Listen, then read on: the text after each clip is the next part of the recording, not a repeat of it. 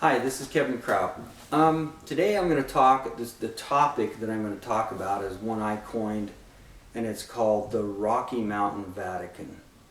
Now, what I mean by the Rocky Mountain Vatican is just like in the Vatican has, its empire and it has its things and it controls the earth and does all this, and you have to have very powerful passes to get into the Vatican and do things, and it's pretty rough. There's a lot of things in there that, if anybody studies the Vatican and what's happening today, things are pretty corrupt.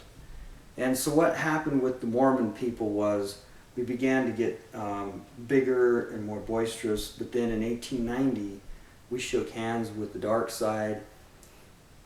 As I've explained in some of my other things, that it was at this very time that Wilford Woodruff made a secret pact with the dark side of the government, or the dark side of who they are. Met with the Bohemian Grove people. I believe he was eventually killed by the Bohemian Club.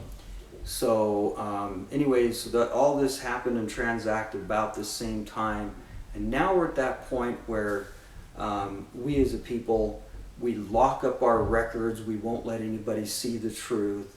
What truth came from Joseph was hidden inside records, inside journals. Many of those journals have been bought and sold.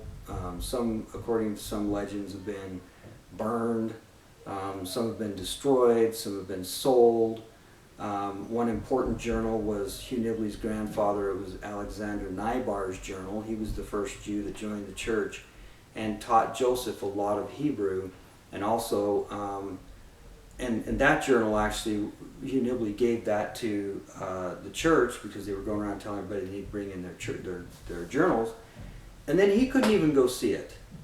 And I heard him 3 times at different sessions, different talks, different things. People would bring that journal up and he'd just like angry, and I said, "Gee, why didn't you just copy it, Hugh? I mean, all we need is the information." And he says, "I know, I just figured I could go up there. I go up there and see everything else. They wouldn't let me see my own grandfather's journal." Rumor had it the church sold it. Now they've actually got it back, and I don't know. I've heard one gentleman told me that it's back in the Rocky Mountain Vatican Library here. A lot of the library, there was some fundamentalist gentlemen that actually snuck in and copied a lot of the stuff that was in the library, and that's why we have so much knowledge and information in the fundamentalist movement, was because of some of these gentlemen that did that. Some of this broke out, some of it got in. When they found out, gee, people are finding out the truth, we can't have the underlings find out the truth. We've got to stop this. And so then they put the stop to the records. Now we can't get in. Now we can't find out the truth. And so that's why I call it the Rocky Mountain Vatican. It is appropriate at this time to say that at one time there were several general authorities that were very, very open to allowing that to be where people could see. I mean, there was a time when they were really thinking about doing that and not worrying about it. But it is something that is hidden. Why is it hidden? I don't know. It's just not a good thing. So.